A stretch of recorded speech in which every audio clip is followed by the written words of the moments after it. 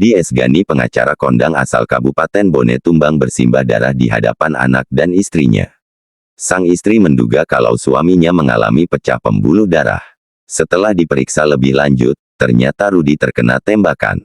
Bagaimana kisah selengkapnya? Mari kita simak bersama-sama. Dan bagi yang baru berkunjung di channel ini, jangan lupa subscribe, like dan komen. Mari kita lanjutkan.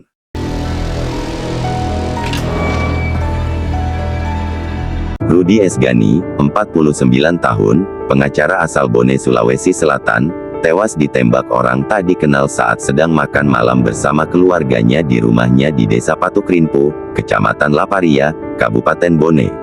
Menurut istri korban, Mariam, kejadian tersebut terjadi pada malam hari sehingga kondisi gelap dan hanya ada satu mobil yang terparkir di sana.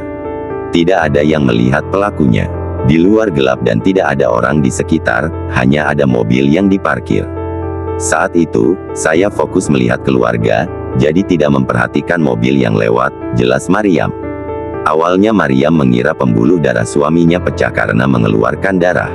Pemeriksaan menunjukkan adanya luka tembak di sisi hidung. Mariam mengungkapkan, suaminya adalah orang yang sabar dan tidak pernah berdebat dengan orang lain. Dia selalu menceritakan semuanya padaku, entah itu masalah pekerjaan atau masalah pribadi, ucapnya. Mariam mengungkapkan, sebelum kejadian, suaminya sempat ke kantor polisi untuk menyelidiki kasus penyerobotan tanah. Selasa pukul 10 berangkat dari rumah menuju kantor polisi. Ia mendampingi para terlapor dan melakukan sidang online, kenangnya. Meski banyak kejadian yang dihadapi suaminya, Mariam tidak pernah merasa curiga terhadap orang-orang di sekitarnya. Nama Rudi Esgani telah lama dikenal di dunia hukum Sulawesi Selatan. Di usia 49 tahun, ia menjadi salah satu figur penting yang tak pernah gentar membela hak-hak masyarakat kecil. Sebagai seorang pengacara senior yang dihormati, perjalanan hidupnya menjadi teladan dedikasi dalam penegakan hukum dan keadilan, yang ia perjuangkan hingga akhir hayatnya.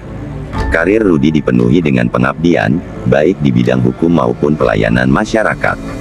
Sebagai Ketua Umum Lembaga Kajian Penegakan Hukum LKPH Advokasi dan Bantuan Hukum Sulsel, ia membantu banyak orang yang terpinggirkan dalam mencari keadilan. Tak hanya itu, ia juga memimpin Lembaga Pengawasan Pelayanan Publik Nasional LP3N, sebuah organisasi yang mengawasi kualitas pelayanan publik.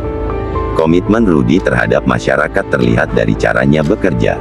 Ia tidak hanya menangani kasus besar, tetapi juga mendampingi mereka yang lemah secara hukum, bahkan tanpa imbalan sepeser pun. Hingga saat-saat terakhir hidupnya, Rudi tetap setia mendampingi kliennya, baik di kantor polisi, kejaksaan, maupun pengadilan.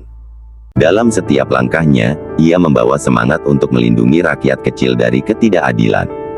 Meski bertugas di Makassar dan memiliki alamat di Kelurahan Kaluku Bodoa, Kecamatan Talo, Rudi memilih untuk menetap di Desa Patukulimpu, Kecamatan Lapariaja, Kabupaten Bone, kampung halaman istrinya.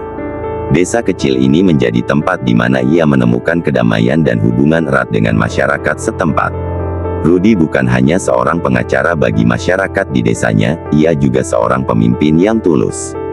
Kedekatannya dengan warga desa membuatnya mencalonkan diri sebagai kepala desa beberapa tahun lalu.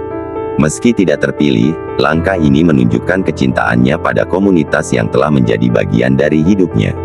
Warga setempat mengenang Rudi sebagai sosok yang ramah, rendah hati, dan selalu siap membantu siapa saja yang membutuhkan. Namun, kedamaian Desa Patukulimpu berubah menjadi malam yang mencekam pada Selasa, tanggal 31 Desember tahun 2024. Sekitar pukul 22 waktu Indonesia Tengah, sebuah mobil berhenti di depan rumah Rudi. Tanpa aba-aba, tembakan dilepaskan dari dalam kendaraan, tepat mengenai bagian wajah Rudi, antara hidung dan mata. Ia langsung tersungkur bersimbah darah di hadapan keluarganya yang ketakutan dan panik. Pelaku segera melarikan diri setelah melakukan aksinya. Dalam kondisi kritis, Rudi dibawa oleh keluarganya ke Puskesmas Lapariaja. Namun, upaya menyelamatkan nyawanya tidak berhasil. Rudi menghembuskan napas terakhirnya sebelum mendapatkan perawatan lebih lanjut. Jenazahnya kemudian dibawa ke Rumah Sakit Bayangkara untuk diautopsi sebelum disemayamkan di Makassar, tempat ia akan mendapatkan penghormatan terakhir dari rekan-rekannya di dunia hukum. Kepergian Rudi meninggalkan duka mendalam bagi banyak pihak. Di dunia hukum, ia dikenang sebagai simbol keberanian dan integritas. Rekan-rekannya di Lembaga Pengawasan Pelayanan Publik Nasional (LP3N) merasa kehilangan besar. Salah seorang kolega Rudi dalam grup WhatsApp organisasi itu menulis, "Pak Rudi adalah pejuang hukum sejati. Kepergiannya adalah pukulan bagi kita semua." Duka cita juga datang dari masyarakat Sulawesi Selatan yang mengenalnya. Banyak yang merasa kehilangan figur yang selalu menjadi pelindung bagi mereka yang lemah. Dalam sebuah wawancara dengan salah satu warga desa, disebutkan bahwa Rudi adalah sosok yang tidak hanya memberikan bantuan hukum tetapi juga mendampingi mereka secara emosional di saat-saat sulit. Kasus ini memunculkan berbagai pertanyaan besar tentang motif di balik penembakan brutal tersebut. Apakah Rudi menjadi korban dari pihak-pihak yang merasa terancam oleh perjuangannya? Ataukah ada alasan pribadi yang melatar belakangi aksi keji ini? Hingga saat ini, pihak kepolisian masih melakukan penyelidikan intensif untuk mengungkap siapa pelaku dan dalang di balik tragedi tersebut. Berbagai spekulasi bermunculan, namun belum ada pernyataan resmi yang mengungkap motif pasti. Rudi, yang semasa hidupnya berjuang melawan ketidakadilan, kini menjadi korban dari sistem yang ia bela.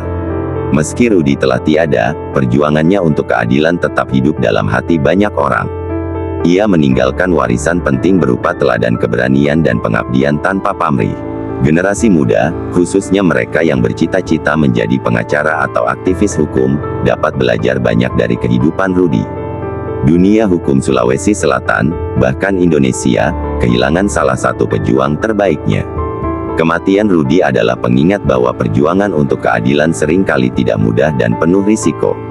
Namun, seperti yang selalu ia tunjukkan, keadilan adalah sesuatu yang pantas diperjuangkan, apapun konsekuensinya.